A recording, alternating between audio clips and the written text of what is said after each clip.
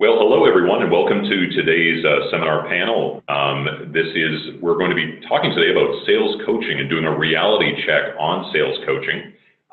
Very pleased to have you with us, and I'm joined by a terrific panel, which I'm excited to go ahead and introduce. So with me is Kevin Beals. He's the CEO of sales coaching experts Refract. He spent the last 15 years at a series of successful tech startups as founder, CEO, and part of early stage management team. Refract is a video tagging platform that enables users to record or upload video, adding customized tags and notes to moments on the timeline. And the purpose of that is to aid sales performance management. Also joining me is Tamara Belcher, and she's a sales enablement practitioner and consultant. She brings a B2B sales lens in helping organizations to build capacity, improve sales processes, design customer-focused content and training, and tools that drive revenue growth. She's an expert who's driven the function at leaders like CSL Behring and Ernst & Young. So welcome to you both. Really pleased to have you both here. Fantastic to join you, Vita. Thank you. Thank you. Absolutely. So I'm excited to get in and start hitting you both with some of the questions that we've pulled from our attendees. But first, let me step back a minute and just do a little bit of an update on a bit of background on sales coaching in general. Really, sales coaching has received a lot of attention in recent years, and to me, it's not really a big surprise. I mean, some of the stats on how it supports a broader sales enablement strategy are pretty revealing. First off, when you consider that today's B2B prospects just do not want a sales rep to be simply an order taker, really they need a lot more than that. They need a rep that can guide them through the complexity of buying as well as implementing a solution. When I think about it, or maybe you should just think about your own buyer's journey, your buyer, they're absolutely struggling with a dozen different priorities, and they're trying to shape internal opinion in order to drive through change. They're dealing with 20 different decision makers internally that have to nod their heads to say yes. And that really isn't easy. So what we need is for salespeople to be able to support those prospects through that process. And really an unskilled, uninformed sales rep is not going to be tolerated by the buyer. So how do you get your sales rep to be more effective? Obviously, there's a lot of paths to sales enablement, including process improvement, technology, and training. But when you consider that up to 80% of training is lost in the early weeks after training is complete, there has to be a better way to reinforce training and best practices. So that's where sales coaching comes in. It absolutely enables sales managers to reinforce best practices and guidance on what they've learned, and it helps reps to grow as professionals, enhancing their skills. It also identifies weaknesses in sales processes, and in general, I think it helps to support the prosecution of pipeline just by offering a second set of eyes. So with that as a background, let's go ahead and jump into the discussion. So Kevin, can I start with you? How would you define sales coaching? Well, I think, first of all, that is one of the challenges, that people would define that in different ways, and that we haven't got a single definitive answer to that. It is it's a fairly broad church, but I would say, obviously what we're talking about here is usually one-to-one, certainly one to few. I've seen it defined as no more than 3. Anything beyond 3 becomes defined as training. But this is frequent. This is on the job. It certainly should be collaborative. This should be a sharing of ideas, of praise, of corrective feedback, and that this can cover in sales coaching. This could be the coaching of deals. This could be the coaching of skills. This could be the coaching of those sales interactions. Those not necessarily each being independent, but those are the core areas that sales coaching is covering. Okay, great. And Tamara, from your perspective, as a practitioner at Fortune 500, what do you see as sales coach? How do you define that? I see it as definitely I think coaching and training actually have a symbiotic relationship. Coaching to me is basically about empowering the sales rep and continuing the reinforcement. You cannot have effective coaching if you don't have effective training, and vice versa. They are kind of dependent on one another. A coach understands the person's motivation and assess the sales rep's strengths and weaknesses. A coach also understands the different steps of the processes and then identifying where that sales rep needs help, and is able to coach that rep through that opportunity and improve performance. But I think that if you talk about coaching, you have to talk about coaching and training. They go hand in hand. They have a very strong symbiotic relationship. Yeah, so Kevin, how would you separate sales training from sales coaching? I mean, just so we can get our terms right, they absolutely seem to reinforce each other and are connected, but do you see a point where we can just say this is one and this is the other? Well, I think sales training by definition tends to be more formal, less on the job. Obviously, can involve bigger groups of people, and rather than actually being distinctly about supporting someone whilst performing the role, and well, I was going to use the word coaching, but certainly mentoring them in that role. Training is a far more formal experience, more organised experience, be that classroom, online, whatever that may be. So I just want to add to that. So in addition to that, training is basically you learn new skills and learn new knowledge. It's instructional, okay? And then basically the coaching is there to reinforce what is learned in training. So you can't really have one for the other. And that's where the sales manager comes in, because they actually help reinforce and help them apply what they learn in training into the real world environment. So that's why I said it has a very strong symbiotic relationship. But there's definitely a difference between the two. One is usually, yes. Yeah, no, that makes sense. So, we've seen some stats from some analysts out there about that sales as a profession is a dying breed. Increasingly, we're moving toward something like an automated sales process where buyers simply make a purchase. Tamara, are we moving to a world where sales coaching is becoming more or less relevant, given that context? I think more. I think that in the world of automation, it has its place, but I do not think it will replace the real human connection that a sales manager can actually have with their sales rep and helping them drive performance. Technology is an enabler that helps drive efficiency, but I think a sales manager who has the experience of sales and the skills of coaching is a separate aspect and attribute that's needed for the sales rep. I think technology is just an enabler, but coaching is definitely a sales driver.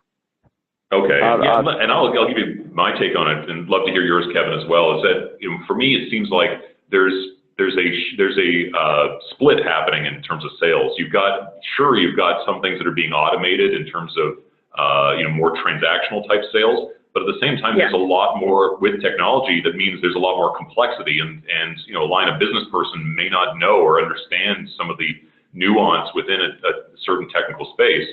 So you end up with more salespeople that have to do more of a consultative type sale, which requires more personal attention, which requires more subtlety and expertise, and that to me drives the need for coaching, because you have more salespeople needing to consult with their buyers.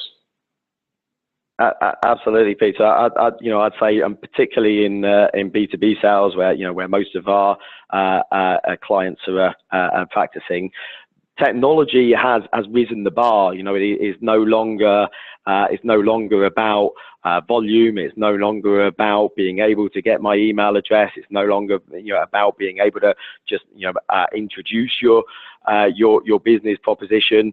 The tools to automate stages of that process, or to enhance stages of that process, mean that it becomes harder, it becomes harder to get standout in the inbox. It becomes harder to get someone's attention. And that's actually where the human elements and the coaching of those elements have become more and more key. And as your slide said before, 74% of companies say that coaching is the most important role for frontline managers. The real distinction, though, there is that an average of 5% of a manager's time is spent coaching. There's a real disproportion between what is seen by organisations as important and what managers are doing and what they spend their time on. Well, let's use that as a jumping off point. I think that's great to point out how little time is actually devoted toward sales coaching. So if you don't mind, why don't we go ahead and take a look at how you can start implementing a real coaching program. This is just sort of a 30,000-foot view, but I think it's important that we start setting some structure around how to get a sales coaching program into place so we can increase that number from 5% upwards. One of the things that we talked about prior to the call was around being able to set up goals and sub goals as part of the coaching process. When you're thinking about an effective sales coaching program, Tamara, what kind of goals would you expect a sales manager to include in their coaching programs? Definitely time.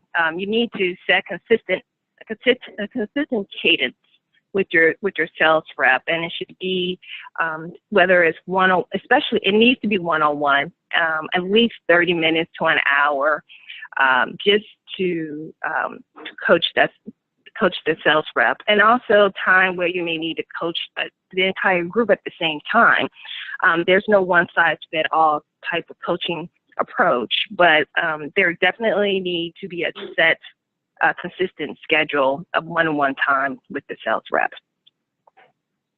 Okay, and Kevin, when one of the things that you'd mentioned early was the need for getting process training and technical training, as well as looking at the opportunities themselves. So, how do you think about goals as a framework for a manager to manage a coaching session?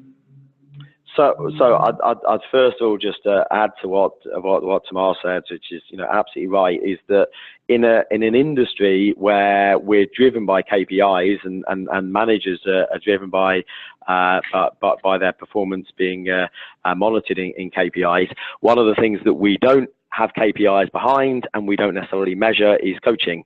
This is often unstructured.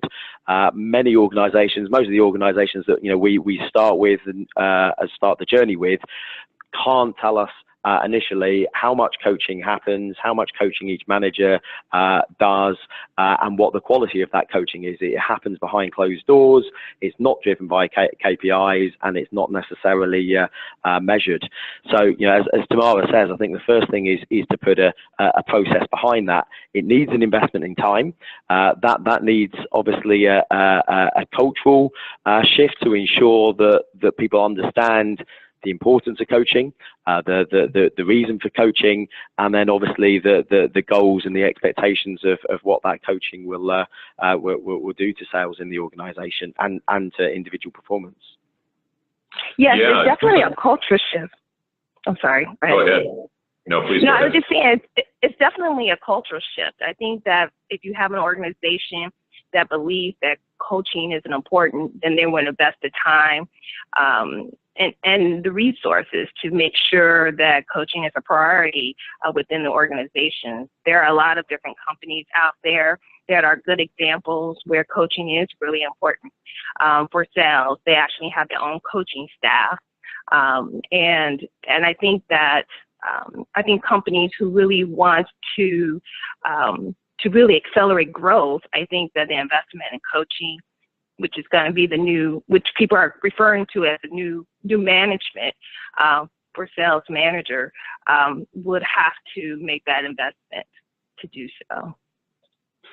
So, Kevin, you often go into situations where coaching is kind of getting up to speed. So we talk about that culture change. What do you think? What has to take place within a company before they start prioritizing coaching? So there needs to be, there needs to be an internal cell for coaching. There needs to be a recognition of why coaching is important, as I mentioned, and and what the goals of that coaching are, and the impact that coaching can have.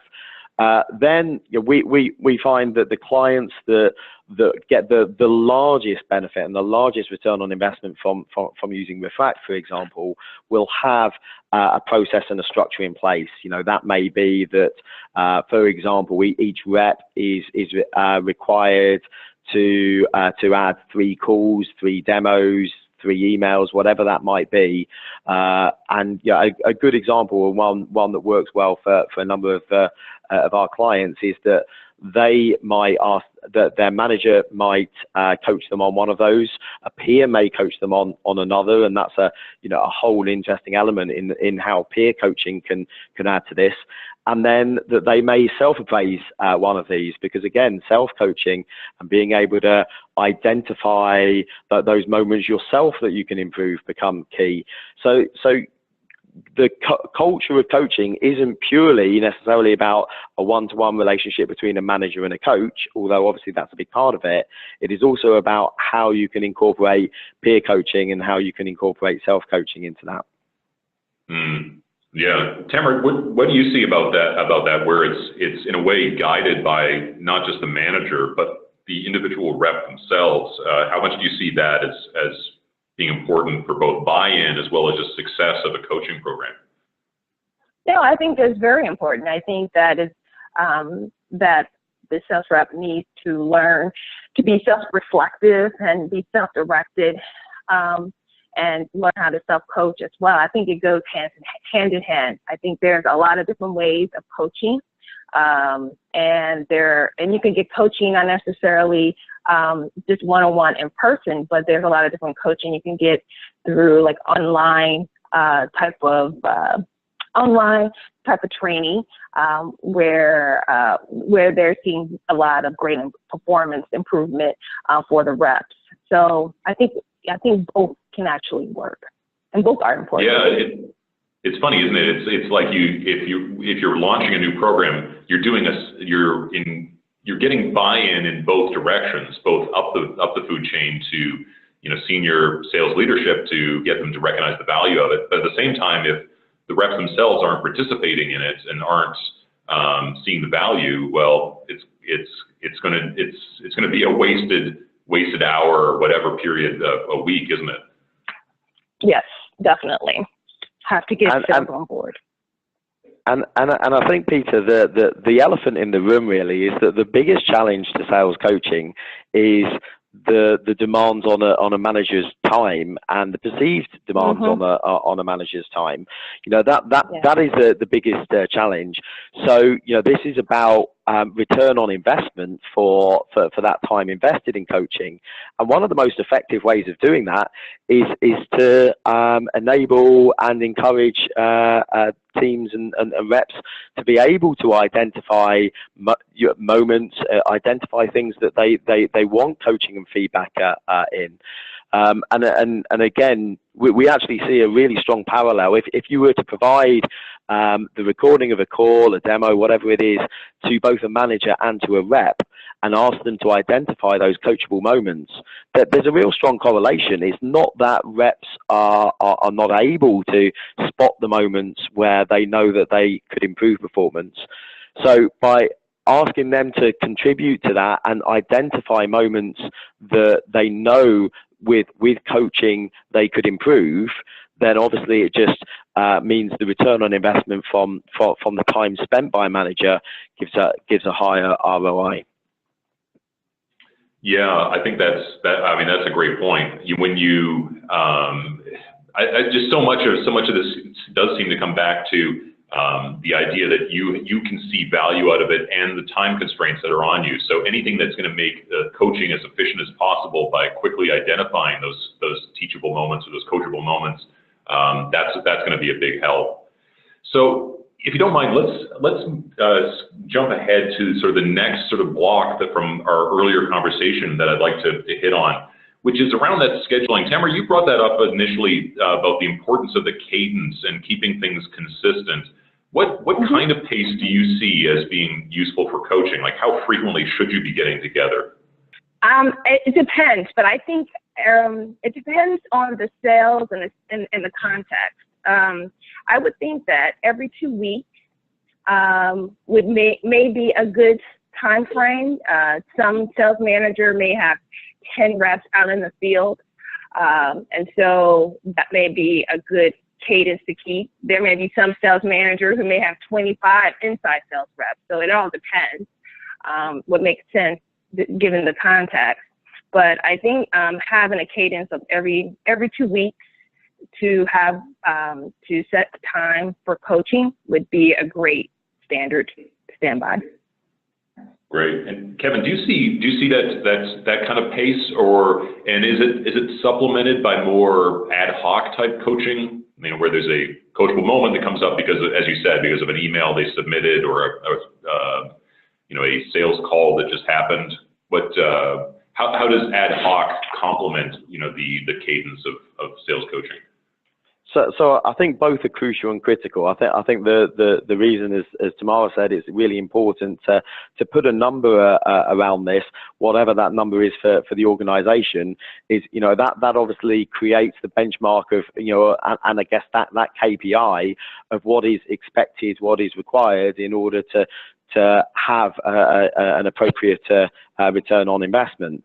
But as you say, a lot of this is ad hoc. It is about those coachable moments, and coaching is a personalized experience. So it is very difficult to say that in any organization, and indeed for any individual within that organization, this is the right amount of coaching for that individual, because it is a personalized experience, and it is obviously going to be partly driven by events, but it's going to be partly driven by the needs of that individual and the opportunity with that individual of where, again, coaching is going to give that appropriate return on investment.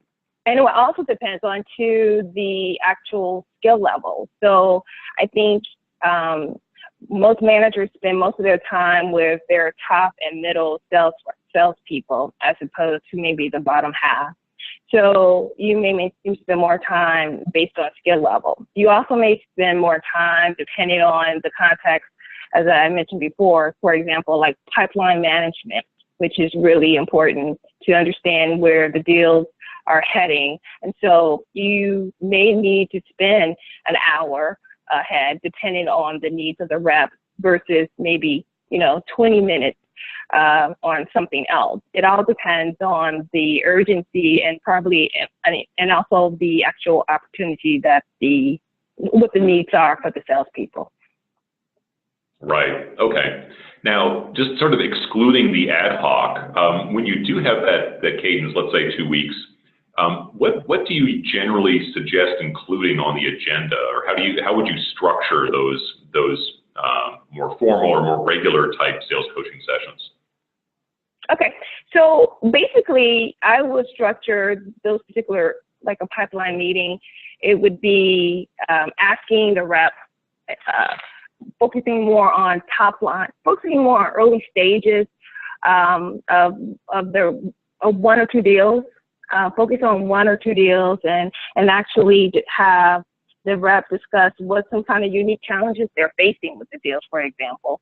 And then just have the rep, talk about what they're facing, and then based on what they are asking you to help them with, then you have an idea of how to coach them.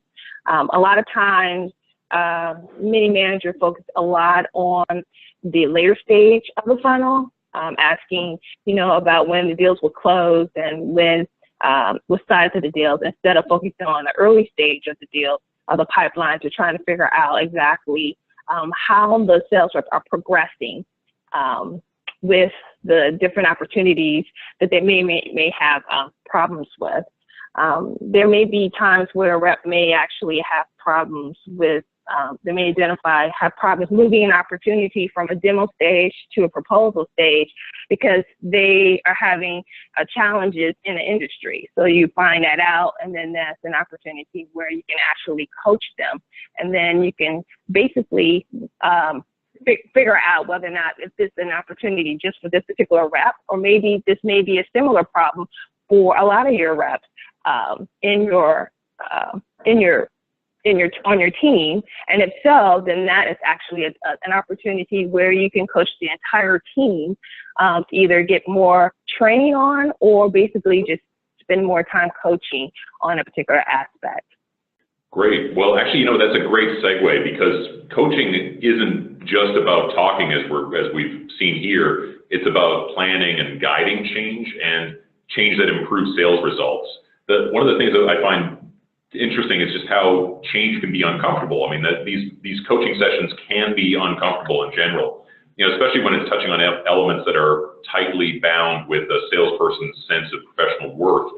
So, Kevin, when you're thinking about how sales coaching can work better, do you think about how to support change within the organization, and what are your thoughts there on how to support that behavioral change? Yeah, so again, it comes slightly back to something that I mentioned earlier of making sure that you're taking the organisation on that journey of why coaching is important, and making sure that's sold.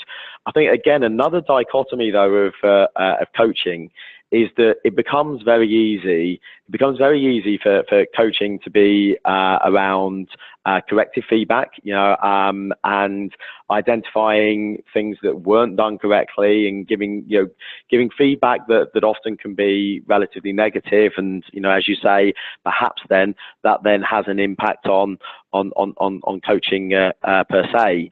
So first of all, coaching needs to be that collaborative blend of discussing areas of praise, ideas, as well as that corrective feedback. It is very easy to kind of jump into what didn't happen right, and to focus on the things that didn't go well. So it needs to be it does need to be a blended approach. But then, as I say, is then I think there is often a perception of that reps don't want to be coached, and that is rarely the case, and certainly again, amongst the good and top performers in an organization, there is normally a strong desire to learn, a strong desire to improve, a strong desire to invest in their own careers. So as long as that, but obviously it's important to have good coaches to do that, and for again, coaching to be aligned to those goals. Great. So Tamara, what do you think about when you think about trying to de-risk that change? So making salespeople comfortable with taking advice and then acting on that. I think a lot has to do with a coach ability to really take the time and understand their salespeople, and understand what motivates them and what they want to achieve. I think because I think a lot of people think that all sales reps are motivated by money or about the same thing, but that's not true. I think the more time that a sales manager becomes almost like a student, or study each of the different strengths and weaknesses of the people, or just the interest, take time to know what it's going to take to motivate and help them achieve what they want to achieve, then they can actually be successful in coming up with an approach that would help them coach them better. I think that's probably the one. I think the one advice I would give any sales managers is basically try to understand what motivates your team, and also to and understand that to coach is not to tell people what to do, but show them and guide them. A lot of times you have sales managers who are often promoted into sales management, and they're very good at selling, but not necessarily always good at actually doing the actual coaching, which is a different skill set. So a lot of times you may have sales manager who wants to coach a sales rep the way they learn or the way they sell. And sometimes, not sometimes, but a lot of times that doesn't work. So I would take that approach. Well, it's a good point. I mean, you need to coach the coaches, don't you, on how to effectively guide their teams, because as you say, not everyone's going to be a natural coach. All right, great. Well, let's move on to the fourth section here that we were speaking about. There are going to at the end of the day, you're trying to sell things, right? And if we're focused on skill attainment and technical understanding of the product, those are extraordinarily important. But you also there's the general mechanics of selling your product and moving things along. So one of the things I hear from sales coaching is to make sure that you keep it grounded as well, and that you're complementing the training aspect of it, or the reinforcement of training, with very practical pipeline type approaches to coaching. So do you see, what kind of role do you see, Kevin, in terms of for coaching to focus on pipeline management? So I think this is where you can define the different types of coaching. So part of that coaching is about pipeline management and about perhaps labeled as deal coaching. So looking at that pipeline, looking at particular deals, and the ways that those can be pushed across the funnel. Part of it is about coaching of skills and identifying those skills gaps, and part of it is about coaching those sales interactions, the calls, the demos, the emails, whatever they may be. I think those are the three areas of coaching, but as I mentioned earlier, they're not necessarily completely distinct. You can obviously be having benefit in more than one area as you're covering that. Great. Tamara, what is your thought there on how to incorporate that kind of deal management into the flow without it being imbalanced towards one or the other, deal management versus more process or sales methodology? So as I mentioned before, I think that it all depends on the context. So if you want to do more reinforcement of being more strategic, helping your sales reps be more strategic with deals and deal deeper, do deeper dives, then you need to spend more time on focusing on where they are in the sales process and how you can help them move the deal along. I think also too that I think it's good also to actually have an opportunity for other sales reps being in a group and hear how other deals are made too, or how deals are actually developed. I think a lot of sales reps learn from peer to peer, and so by understanding how other transactions and other deals are created, that also is helpful too. That's a coaching moment as well. Yes, to answer your question. Yeah, okay. Can I jump in there, Peter, and just again add to that? I think part of the challenge sometimes as a sales coach or manager to reps is that reps don't know what good looks like. They don't necessarily, although everyone's obviously having similar experiences and a range of perhaps similar scenarios, objections, whatever that may be. Those answers aren't consistent because we're, as organisations, we're not good at sharing that best practice and being able to take what good looks like, particularly from the most experienced and best performers, and be able to share that. And part of that comes down to, perhaps some of the psyche of sales reps. It's a competitive field. Everyone wants to perform. Everyone, a lot of people want to be number one, be the best in their team, organization. So, that kind of approach doesn't always encourage sharing and collaboration of best practice.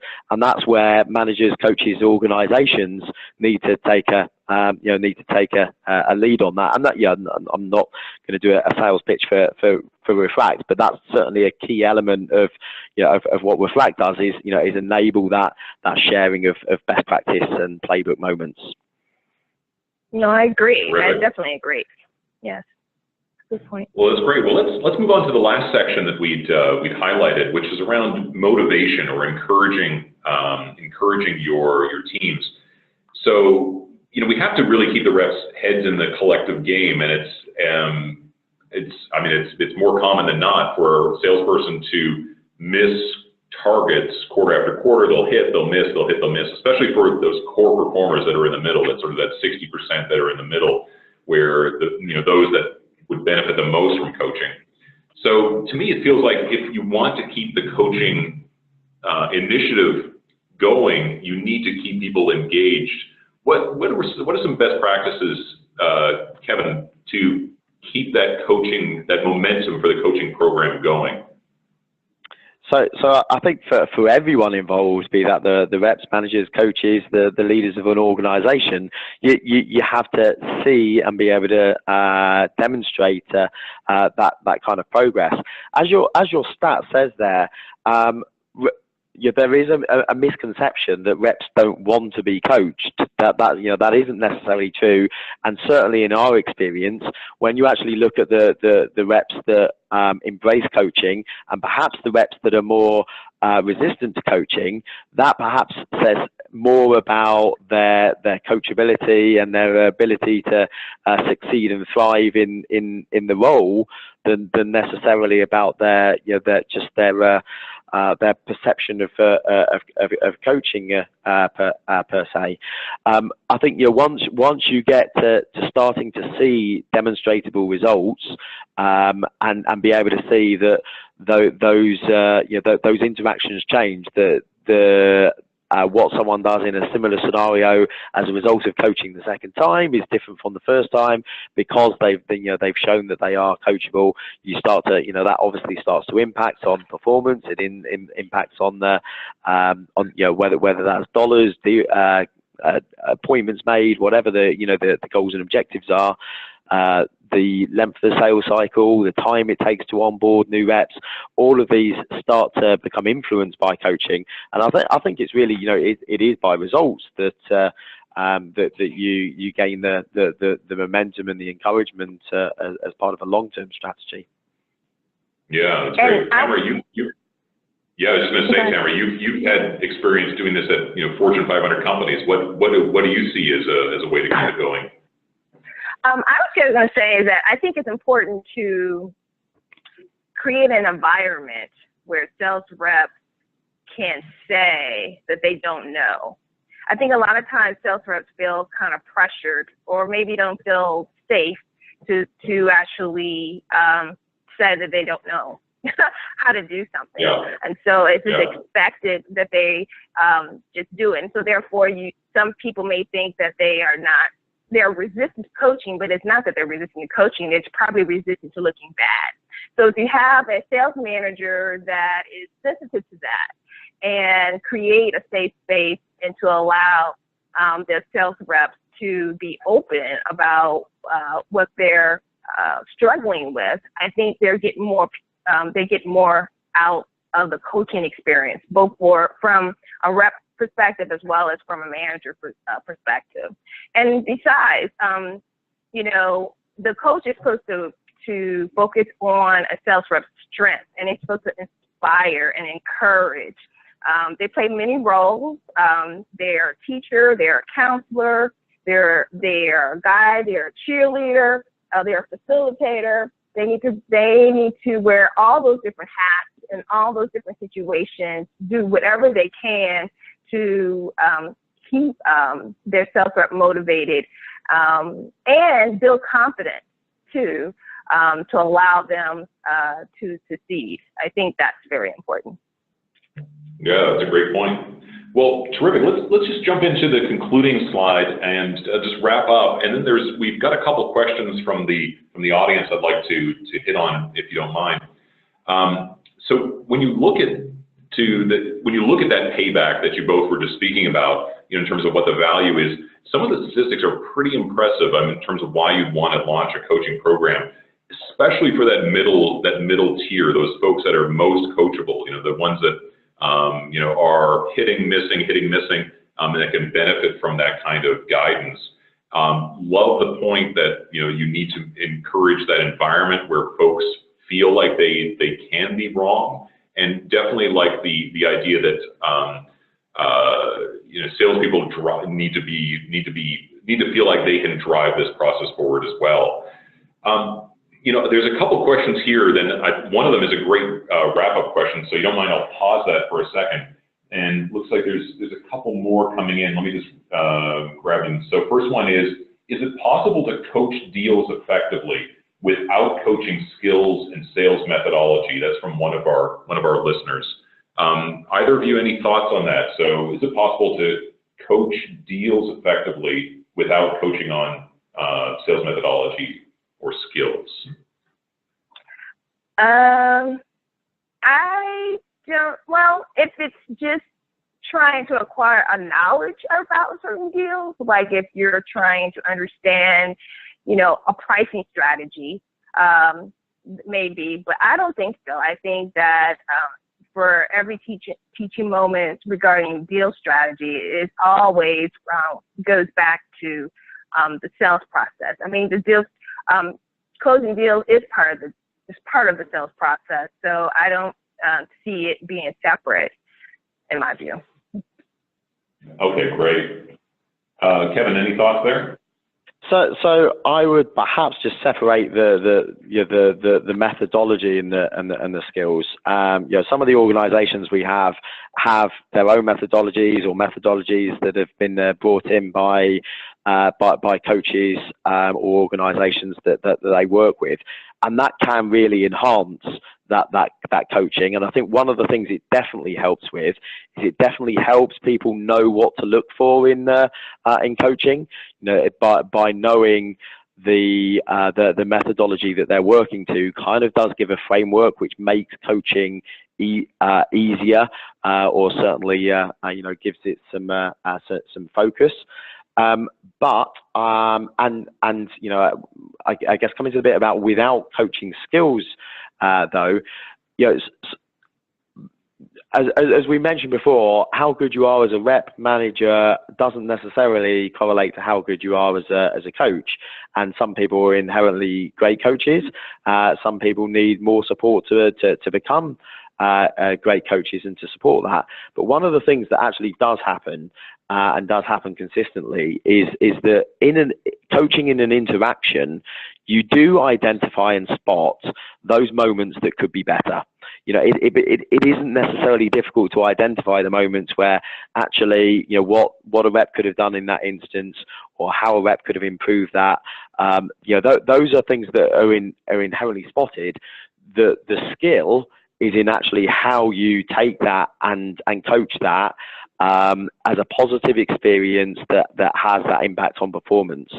I do think that there are an element of coaching skills that people may have inherently, but those can and need to be developed to varying degrees in different managers. Great. Another question that we had here was about goal setting, and just wanted to cast us back a little bit earlier in the session where we were talking about how to identify goals or what goals should be set. But any kind of closing thoughts on how what kinds of goals you would want as a manager to have that would be universal, that you would have across all of the salespeople that you're coaching? Maybe yeah. Go ahead, Tamara. Yeah, what kind of goals you would have? So if I'm a sales manager and I've got 10 people under me, are there consistent goals that I would want to have for everyone? They may be different numbers, but they would be a consistent set of goals. Is there anything that comes to mind?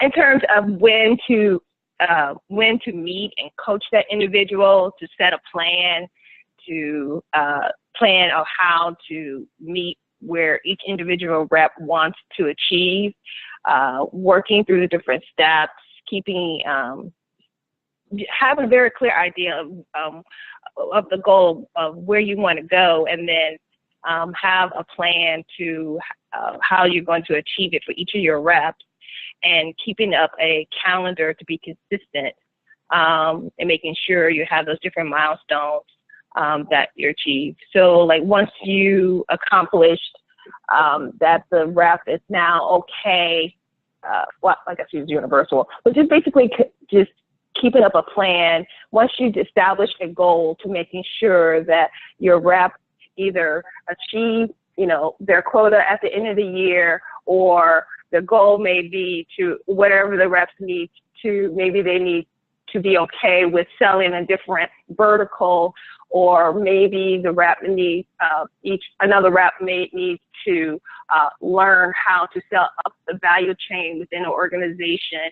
Try to have a good understanding what the needs are, different needs are for each of the different reps, and come up with a plan, and basically hold yourself accountable to have a consistent schedule and addressing each of those goals with your rep. And then as and in partnership with the rep, making sure that you guys are on schedule, or I should say progressing, that you're meeting towards that goal together, I would think would be one.